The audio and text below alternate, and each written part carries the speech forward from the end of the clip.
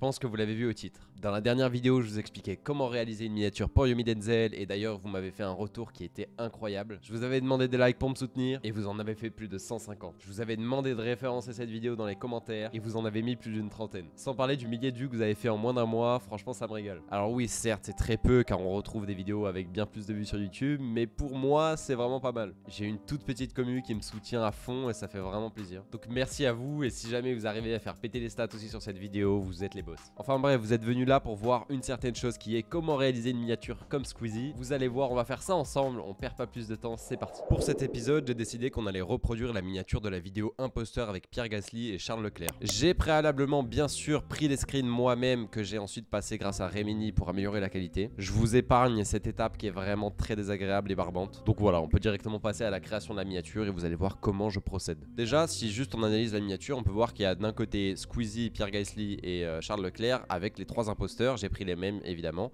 pour avoir un raccord dans l'image. On va vraiment reproduire la miniature, on va pas chercher à faire plus compliqué, c'est un très bon entraînement, je vous conseille de le faire. D'ailleurs, je suis très gentil. Vous avez dans la description un lien qui vous redirige directement vers mon site web. En fait, vous entrez votre mail et vous recevrez directement les photos. Donc vous aurez juste en fait à télécharger les photos ensuite. Et puis voilà, vous pourrez en même temps que moi recréer la miniature. Donc mettez pause, faites ça tout de suite et vous revenez juste après dès que c'est téléchargé. Pour ce faire aussi, j'ai aperçu que les tenues des deux gars étaient différentes. Voilà, vous voyez que les tenues ne sont pas les mêmes.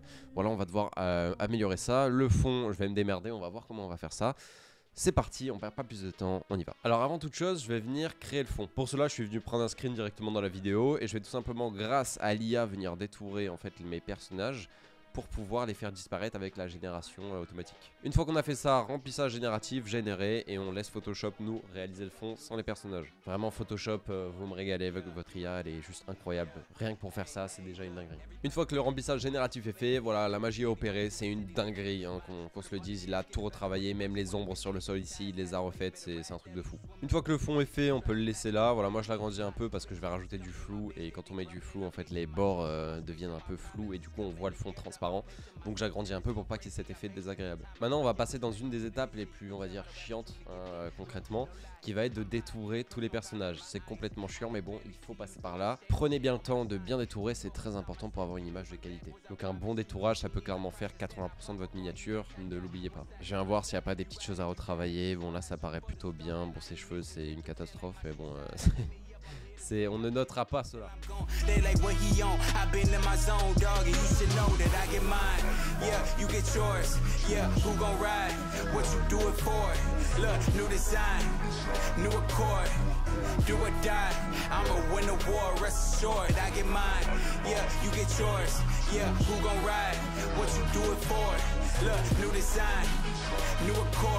Voilà, j'ai enfin fini mon détourage. Maintenant, j'ai approximativement placé mes personnages, donc je me suis un peu aidé de l'image, voir comment la composition était faite pour les mettre similairement au même endroit. Maintenant, on va passer à l'ajout du caméra raw. Je vais faire ça un peu de partout. Je vais flouter le fond, je vais améliorer un peu tout ça et je vais voilà mettre mon caméra raw sur les personnages. Certains vous diront que le caméra raw, faut surtout pas le mettre au début et le mettre à la fin. Personnellement, moi, c'est une préférence. J'arrive beaucoup mieux à savoir vers là où je vais en mettant le caméra raw directement au début plutôt qu'à la fin. C'est une question de préférence. Si vous préférez le mettre à la fin, vous le mettez à la fin. Moi, je le mets au début. Voilà, c'est dit, c'est comme ça, au moins vous le savez. Everybody got their level, but we are not one and the same. Prezi position my aim, I put that on Barack Hussein. Happy to show you for those who don't know, he out of his brain. I hop in your city and shut it down. C'est bon, j'ai ajouté mon caméra raw, c'était un petit peu long, mais je m'en suis sorti. Maintenant, on arrive quand même sur un résultat qui est plutôt intéressant, en tout cas sur la composition des visages. Je trouve que franchement, c'est bien plus clean que l'image de base. Qu'à regarder la qualité de l'image, même si là, c'est un peu diminué vu que je l'ai téléchargé sur YouTube. Mais bon, je trouve que la qualité est vachement mieux comparé à elle. Je trouve que c'est vraiment dégueulasse, on va pas se le cacher, même si le Mini Maker est franchement très fort. Il y a quand même une belle composition, des belles lights blanches sur les visages et des belles incrustations. Donc franchement, il n'y a rien à dire. Mais je trouve que là, en termes de qualité de mes screens sont quand même vachement mieux. Voilà, c'est juste une petite remarque. Si Squeezie veut m'embaucher, voilà, pourquoi pas.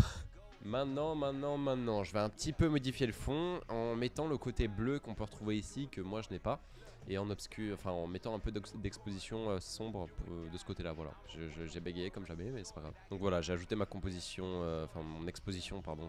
Qu'est-ce qui m'arrive? Une fois que c'est fait, je vais ajouter la light bleue, donc c'est une light assez normale en fait, bleue un petit peu comme ça, voilà. C'est vraiment très laid, hein, mais c'est le style de Squeezie, qu'est-ce que vous voulez que j'y fasse? Et on peut venir me dire là d'ailleurs pourquoi est-ce que j'ai pas modifié les corps des gars, pourquoi j'ai pas détouré directement leur tête. Voilà, je vous le dis, la réponse c'est parce que je suis con. Maintenant ce qu'on va venir faire, c'est que je vais double-cliquer voilà, sur mes calques pour ouvrir le calque dynamique. Et je vais tout simplement venir dégager la zone qui ne m'intéresse pas. Donc je garde leur chemise parce qu'ils ont des chemises très sympas et en fait ça va être plutôt pratique pour moi. Voilà, j'aurais pas à recréer le col qui est déjà incrusté naturellement dans l'image. Donc voilà, je viens importer ma chemise que je viens détourer. Donc voilà, je viens détourer ma chemise en entier, même le col du coup qui ne m'intéresse pas vraiment, je le détourne parce que au cas où je peux m'en servir. Donc voilà, le col détouré, c'est chose faite. Maintenant, on va essayer de l'implanter sur notre personnage. Donc on va faire quelque chose qui est assez propre. On va essayer en tout cas. Donc comme je vous l'ai dit, le col en dessous est déjà vachement bien incrusté. Donc pas besoin d'utiliser le col de la chemise. On va directement prendre le col du mec en dessous. Vous voyez, on a fait un mixte qui passe plutôt bien. Maintenant, je peux enregistrer et vous voyez que si je reviens, pardon, voilà, ici, on a un col qui est parfaitement bien mis. On a l'impression que c'est sa vraie chemise. Je sais, je suis un professionnel du graphisme. Mettez un pouce bleu, évidemment. Ça c'est de la pub ça. Il n'y a pas meilleure pub là, regardez cette incrustation incroyable que j'ai fait. Maintenant on va faire le même procédé pour ce gars. Donc, vous connaissez la routine, on détourne exactement ce qui nous intéresse pas. Donc voilà, j'ai gardé que le col comme tout à l'heure. Maintenant je copie la chemise, je l'ajoute, je la mets ici, je fais une petite rotation. Voilà, vous connaissez. Là je galère un peu sur mon incrustation parce que je sais pas vraiment comment positionner la chemise. Donc je vais m'aider en fait du corps du gars de base. On peut voir qu'il a des épaules assez larges. Donc là en fait ça m'embête parce que la chemise n'est pas du tout réglée à sa taille. Donc ce qu'on va faire c'est qu'on va la convertir en objet dynamique et on va aller dans le filtre fluidité. Ça va me permettre de pouvoir venir positionner en fait ma chemise approximativement comme le vêtement de base. Hop, voilà. Donc voilà, on vient détourer les zones qui nous intéressent pas et évidemment on garde le col. Voilà, regardez, le col est très bien incrusté. Alors les couleurs c'est pas exactement les mêmes, mais voilà, comme je vous l'ai dit, c'est pas très grave parce qu'avec le fil caméra raw on le voit pas vraiment. Incrustation parfaite, enfin parfaite, elle est plutôt sympathique. Voilà, il y a un petit défaut mais c'est pas très grave. À l'œil nu on le voit pas, on a une incrustation qui est vraiment franchement pas mal, on peut se le dire. La femme, il n'y a pas besoin de le faire parce qu'elle a déjà une tenue qui est parfaite. Maintenant vous voyez qu'il y a beaucoup de blanc dans l'image. Donc je pars pas sur des propos racistes, hein, je parle vraiment de la couleur blanche, hein. On se calme. Déjà on peut retrouver le blanc sur les tenues des trois qui vraiment en fait on n'arrive pas à les distinguer. Donc je vais venir rajouter une ombre pour qu'on les distingue plus les uns des autres. Et ensuite il y a Pierre Gasly et Squeezie qui ont deux t-shirts blancs. C'est assez chiant, voilà, on va modifier tout ça. Donc moi je vais venir à la place de modifier la couleur du t-shirt de Squeezie qui ne me plaît pas, je vais venir modifier la couleur du t-shirt de Pierre. Donc je fais ça avec un calque de niveau évidemment. Donc voilà, déjà ça rend clairement mieux parce qu'on a une différence entre le t-shirt blanc de Squeezie et celui de Pierre Gasly qui était gris. Voilà, ça crée une différence, c'est plutôt agréable à voir en fait dans l'image. Alors je vais juste venir ajouter l'encart qui ment en fait tout simplement parce que j'ai besoin de voir ce que ça rend. Donc voilà, c'est juste pour me donner une idée de où il sera et voilà, ça rend vraiment méga bien. Au moins on voit pas la différence, enfin on voit pas la coupure nette du corps de Gasly.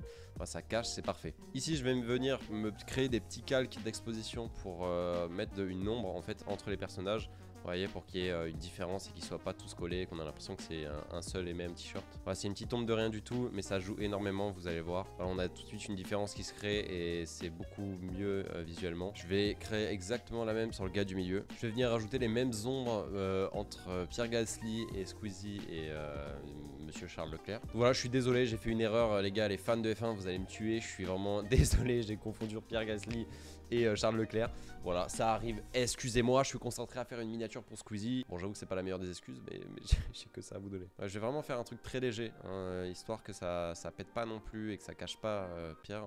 Putain, Charles, je sais pas, en fait il a une tête à s'appeler Pierre au lieu de Charles, je pense. Je sais pas, je ne vois pas d'autres raisons qui me font l'appeler Pierre au lieu de Charles. Voilà, donc voilà, ceci ajouté, ça nous crée déjà une meilleure différence. On voit un peu les personnages et ils sont pas collés les uns sur les autres. Je vais venir augmenter le flou derrière parce que je pense que en fait il est beaucoup plus fort dans la vidéo. Enfin dans la vidéo, dans l'image de la miniature originelle. Je pense que c'est bien mieux pour faire ressortir les persos, ouais, clairement. Bon, déjà la miniature a vraiment de la gueule et je trouve qu'elle est beaucoup plus quali que celle originelle, enfin en termes de, je parle de qualité. Maintenant on va venir rajouter l'étape cruciale qui est le bouton qui ment, voilà, tout simplement. Donc déjà on va venir écrire le qui ment, voilà, avec un petit point d'interrogation. Alors j'ai aucune idée de la police qu'ils ont utilisée pour ce texte en fait, tout simplement. Mais je vais utiliser le mien, ma police que je préfère qui est Poppins. Voilà, je vais changer ça. C'est un truc assez fin quand même, la police d'écriture qu'ils ont mis. Donc voilà, quelque chose comme ça fera l'affaire pour le moment. Maintenant, je vais venir ajouter une option de fusion, biseautage et estampage. Ça va être la partie galère parce que je déteste utiliser ça, je vais pas vous le cacher. Donc voilà, j'ai réussi à créer quelque chose qui tient plutôt la route et qui est assez raccord. Maintenant, on va faire la même mais pour le texte. Bon voilà, j'ai essayé de reproduire l'effet de texte qui manque, qui est vraiment en vrai pas très beau, hein, on va pas se le cacher, il est horrible. Je pense que je vais un petit peu grossir la police parce qu'on voit pas assez, alors peut-être, je sais pas, je vais voir, ouais voilà, on va dire que ça passe. C'est pas la même police malheureusement parce que je ne l'ai pas, mais en vrai ça passe très bien. Donc voilà, je crois que c'est terminé et qu'on a vu comment réaliser une miniature comme Squeezie. Donc comme vous avez pu le voir, c'est pas si compliqué que ça. Bien sûr, j'aurais pu rajouter des lights blanches, mais là pour le coup, je l'ai pas fait parce que j'avais pas forcément l'envie. Et puis je trouve que la miniature rend vachement bien comme ça et que trop rajouter serait pas forcément utile. Et ça pourrait même gâcher l'image. Si jamais la vidéo vous a plu et que le tuto en fait vous a vraiment aidé et que vous arrivez du coup à mieux réaliser vos miniatures, ça me fait vraiment plaisir. Alors comme je vous l'ai dit sur la dernière vidéo, si jamais vous voulez me soutenir, vous mettez un pouce bleu, vous mettez un petit commentaire, n'importe quoi. Ça peut référencer ma vidéo et aider d'autres gens, voilà, et moi ça me soutient, c'est la seule manière, je fais ça gratuitement de mon temps. Donc vraiment si vous le faites, je vous en remercie du fond du cœur. Alors n'hésitez pas à aller checker les liens en description, il y a mon site web et aussi ma newsletter quotidienne. Vous pouvez vous inscrire, il y a juste à rentrer votre email, ça vous permet tout simplement de recevoir des mails quotidiennement. Je ne vous spamme pas, ne vous inquiétez pas, c'est juste quelques astuces que je peux envoyer de temps en temps, que ce soit pour signer plus de clients, des techniques, ce genre de choses. C'était Coco, on se dit au 1er octobre, il y a une très grosse vidéo qui sort. Passez une bonne soirée ou alors une bonne journée et à la semaine prochaine.